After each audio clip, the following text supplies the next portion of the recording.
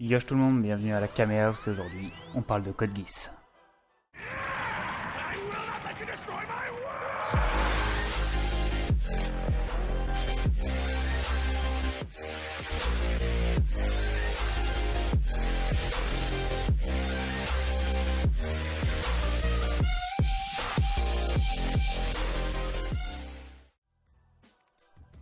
Code Geass, Lelouch of the Rebellion est donc un animé fantastique de science-fiction, de mecha ainsi qu'un drame. C'est un petit animé que je connaissais pas il y a quelques années de ça, mais une fois que je l'ai découvert, je l'ai plus lâché, je l'ai même qualifié de chef-d'œuvre grâce à sa fin magnifique. Mais avant de commencer réellement cette vidéo, de quoi ça parle Code Geass? L'histoire nous plonge dans un univers futuriste et uchronique où le Saint-Empire de Britannia a dominé plus de la moitié du globe grâce à sa suprématie militaire, les Nightmare Frame.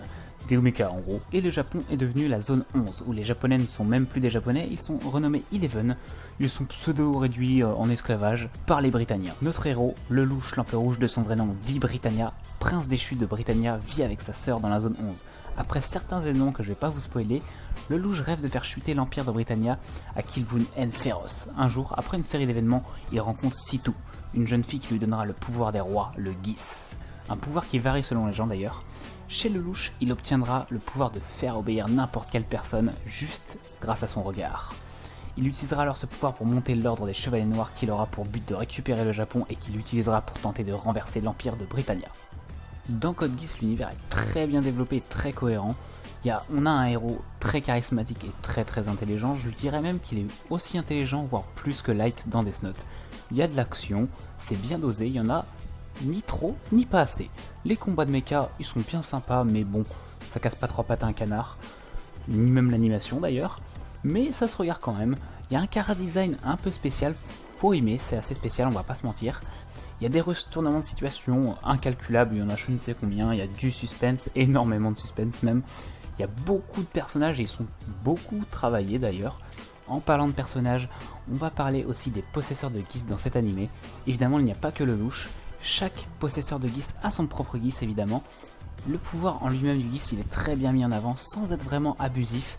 C'est-à-dire que chaque pouvoir est vraiment bien dosé, il n'est pas non plus over-cheated. Et c'est ça qui rend ça bien et qui fait que ce n'est pas aussi redondant vu que tous les Geass sont différents. Au niveau des combats, c'est des combats assez classiques et assez prévisibles, puisque c'est des combats de mecha, donc c'est forcément toujours le meilleur modèle qui gagne. Après certains événements, je les ai trouvés assez bien amenés, j'étais ok devant mon écran, je faisais ah ouais quand même, ils sont forts. L'animé est aussi assez lent à démarrer, je trouve. Personnellement, j'ai commencé à accrocher vers l'épisode 5 environ, mais je pense que ça peut varier d'une personne à l'autre évidemment.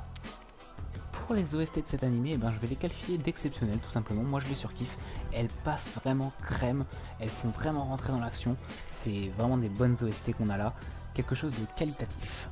Si je devais vous en citer quelques-unes, je vous citerai Zero, All High Britannia et The Master, qui sont vraiment de bonnes OST, en tout cas mes préférés. Vous pouvez essayer d'aller les écouter sur YouTube, je pense que si vous aimez, ce sera déjà ça. En ce qui concerne les openings, on a des openings de qualité pour les 5. Mais bon, je trouve que le 4 et le 5 sont un peu en dessous des 3 premiers. C'est vraiment des openings passables, alors que les 3 premiers sont vraiment très bons, que ce soit au niveau de la musique ou de l'animation. L'animation reste correcte, c'est pas quelque chose d'insane évidemment. Par contre, les musiques, moi personnellement, je les ai bien kiffées. Je vous parlerai pas d'ending parce que moi, je vais vous avouer que c'est quelque chose que je ne regarde pas sur les animés. C'est pas quelque chose qui m'intéresse les endings.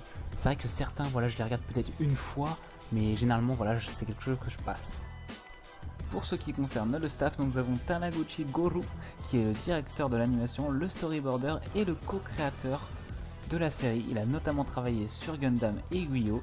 Son compère qui est Tokuchi Ichiro, qui est le scénariste et son co-créateur également, qui a aussi travaillé sur Gundam, sur Devilman Crybaby et aussi sur Space Dandy.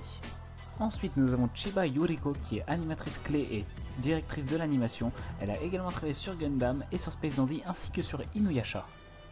Le chara-design original a été créé par l'équipe Clamp, 4 femmes qui ont déjà travaillé sur Cardcaptor Sakura.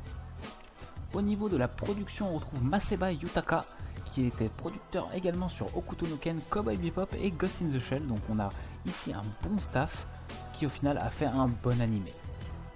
Et au final, dans tout ça, Code Geass, c'est un animé que j'ai adoré malgré une animation pas très folichonne, mais qui gagne beaucoup grâce à son personnage principal très bien travaillé et son scénario très bien pensé de combats de mecha qui sont quand même bien faits. Même si on n'aime pas trop les mechas, c'est quand même, comment dire, c'est pas le point central de l'animé. Il y a beaucoup de retournements de situation militaire scénaristiques et une fin mais vraiment géniale, digne d'un chef-d'œuvre. Je vous laisse découvrir ça, j'espère que vous avez kiffé cette vidéo et on se retrouve à la Kamea House pour une prochaine. Tchuss!